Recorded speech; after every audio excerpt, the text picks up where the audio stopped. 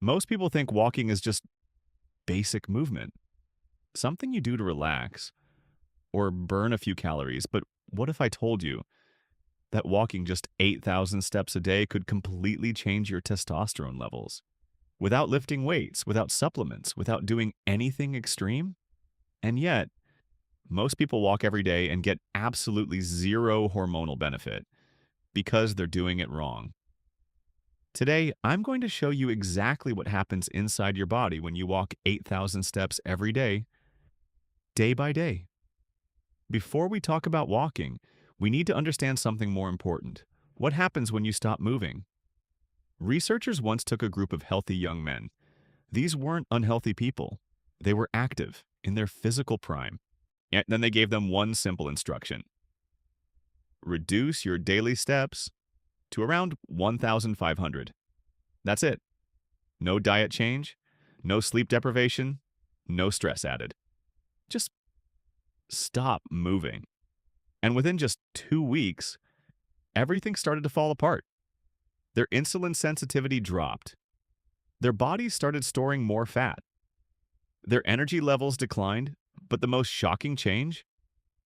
Their testosterone levels dropped significantly. Not slightly, not gradually.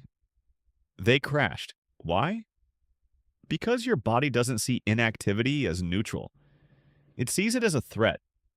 No movement means you're not hunting, you're not exploring, you're not competing. And biologically, that means one thing. You don't need to reproduce.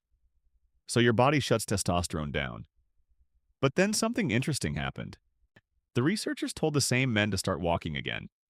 No gym, no heavy lifting, no intense training.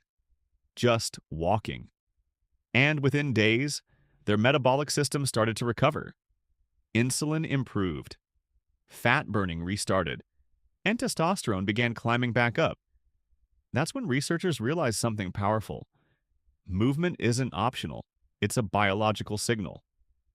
Then came a major breakthrough. A 2021 study analyzed hundreds of men and compared their daily step count to their testosterone levels. And what they found was shocking. For every additional 1,000 steps per day, testosterone increased by about 7 nanograms per deciliter. Let that sink in. If you go from 3,000 steps to 8,000 steps, that's a 5,000 step difference. That's potentially a 35-point increase in testosterone. From walking, no gym, no supplements, just movement. Now let's break down what actually happens. Day by day. On day 1, you won't feel much. There's no dramatic transformation, no instant energy boost, but internally, something very important begins. Your body starts lowering cortisol. Cortisol is your primary stress hormone. And here's the problem. Your body uses the same raw material to produce both cortisol and testosterone. It cannot maximize both at the same time. So when cortisol is high, testosterone gets pushed aside. This is called the cortisol steal. Your body is choosing survival over growth. But when you walk, something subtle happens. Your brain begins to relax. By day 2 and 3, this effect becomes stronger. There's a phenomenon called optic flow. As you walk and the environment moves past your eyes in a smooth, predictable rhythm, your brain interprets that as safety. Your amygdala and the fear center one starts to quiet down.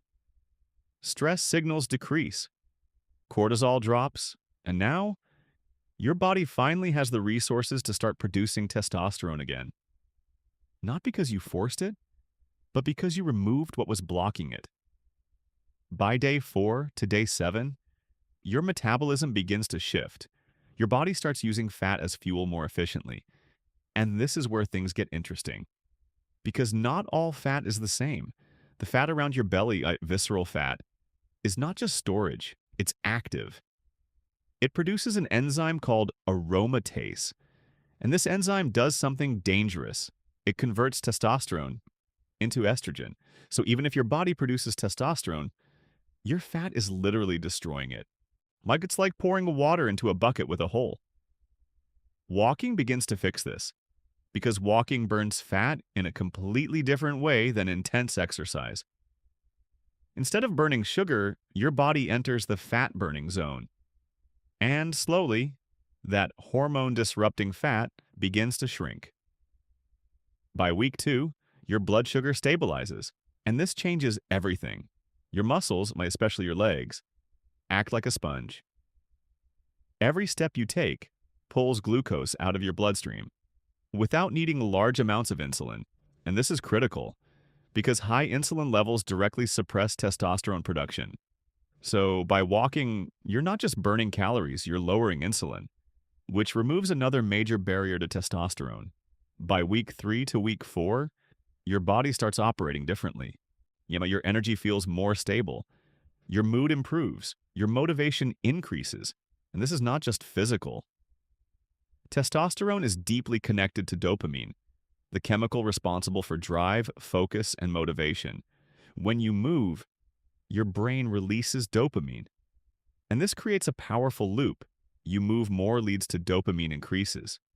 Dopamine increases leads to testosterone rises. Testosterone rises leads to you feel more driven. And suddenly, everything becomes easier. There's something else happening here. Something deeper. In biology, there's a concept called the winner effect. When animals move, explore territory, and act with purpose, their testosterone rises. Movement signals dominance. Stillness signals weakness. And your body responds accordingly. Walking, especially purposeful walking, activates this exact mechanism. Why not? You're telling your body, I am active, I am capable, I am in control, and your hormones follow. But here's the problem. This only works if you walk correctly. Most people don't. They stroll casually, they walk slowly, they scroll their phone, and they miss the entire benefit. To unlock the hormonal effect, you need to follow 3 simple rules. First, pace. You shouldn't be walking like you're relaxing. You should be walking with intention, like you're slightly late for something important.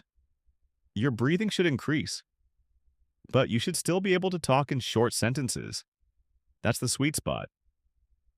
Second, timing. The best time to walk is right after eating. Even just 10 to 15 minutes can significantly reduce blood sugar spikes, which keeps insulin low, which protects testosterone. Third, environment. If possible, walk outside. Sunlight triggers vitamin D production, and vitamin D is directly linked to testosterone levels. Walking indoors is good, but walking outside is exponentially better. At the end of the day, walking is not just exercise, it's a signal. A signal that tells your body, we are not in danger. We are not shutting down. We are moving forward. And when your body receives that signal, everything changes.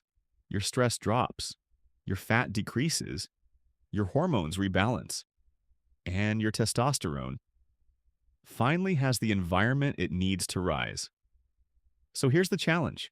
For the next 7 days, hit 8,000 steps. No excuses, no shortcuts. Just walk and pay attention. Because once your body switches back on, you won't just see the difference, you'll feel it.